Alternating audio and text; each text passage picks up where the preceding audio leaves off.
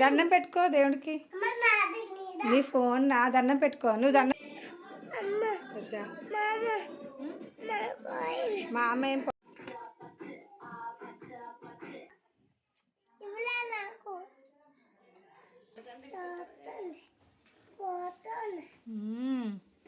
Hi hello friends, welcome back to Nishant 2021 vlogs. మీరు కనుక మన ఛానల్ మొదటిసారి చూస్తున్నట్లయితే ప్లీజ్ లైక్ చేయండి, షేర్ చేయండి, సబ్స్క్రైబ్ అయితే చేసుకోండి ఫ్రెండ్స్.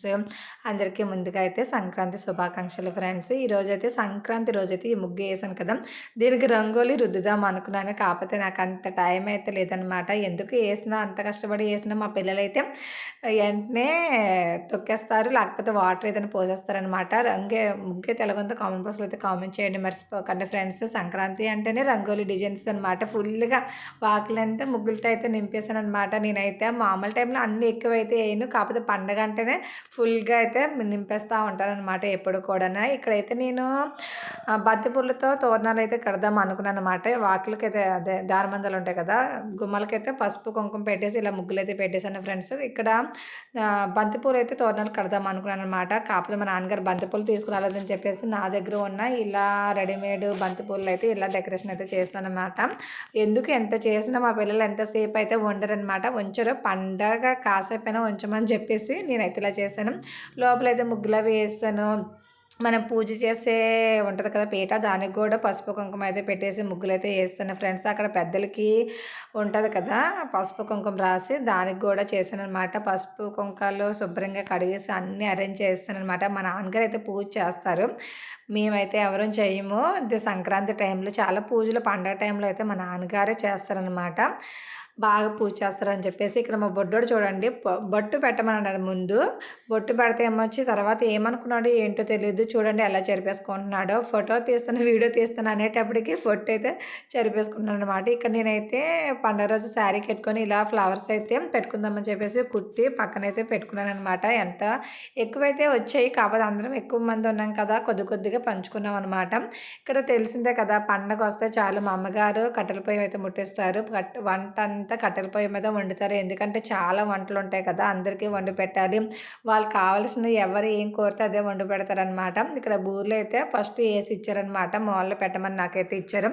నేనైతే కొద్దిగా మాల్లో పెట్టేసి పక్కనైతే పెట్టాను.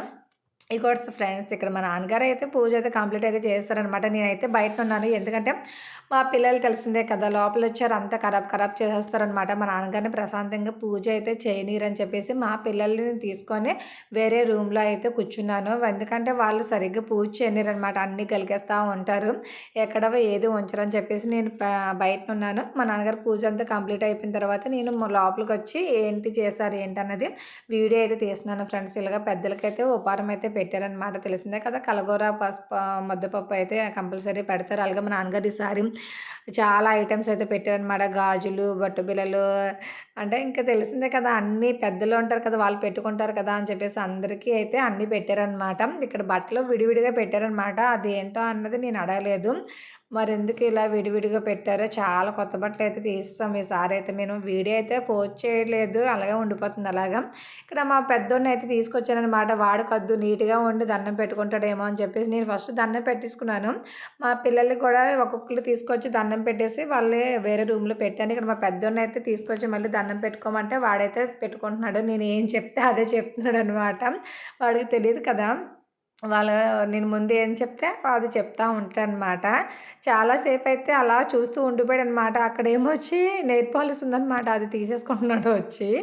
మా నాన్నగారు మళ్ళీ మేము రూమ్లో ఉండేటప్పటికి సడన్గా వచ్చారు, ఎందుకో ఏంటో అనుకున్నాను అనమాట. కాకపోతే మా నాన్న పూజ అయితే కంప్లీట్ అంతా చేశారు, కానీ డబ్బులు పెట్టడం మర్చిపోయారనమాట.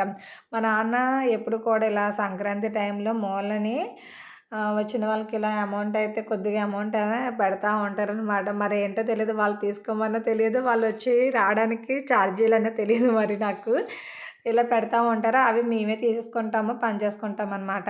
ఇక్కడ మా బుడ్డోడు చూడండి ఎంత విచిత్రంగా చూస్తున్నాడో. మళ్ళీ బొట్టు పెట్టు అనేటప్పటికి మళ్ళీ నేను గంధం పెట్టి కుంకుమ బొట్టు పెట్టానమాట. నా ఫోను నేను వీడియో తీస్తున్నాను కదా, నాకు ఆ ఫోన్ ఇచ్చి నేను అంటే చూసుకుంటాను అని అంటున్నాడనమాట. ఫోన్ అయితే ఇచ్చాను. ఇంక అంతే, ఇంక వీడియో తీయడానికి అసలు ఎక్కడ కూడా కుదరదు.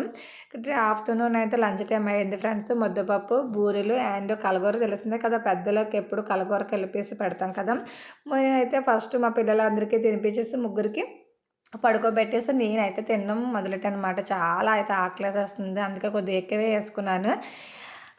ఇక్కడేమొచ్చి మా బుడ్డోడు లేస్తాడు 3:30 ఎంతో అవుతుంది. మళ్ళీ లేచేసాడనమాట. నేను అస్సలు మర్చిపోయాను శారీ కట్టుకొని వీడియో తీసుకుందాం అనుకున్నాను. అస్సల పండగంటే హడావిడిగా ఉంటది. ఏమి కూడా గుర్తుండవు. అన్నీ మర్చిపోయాననమాట. నన్ను నేను వీడియో తీసుకోవాలనే విషయం నాకైతే అస్సలు గుర్తు లేదనమాట. మిగతావన్నీ తీశాను గానీ.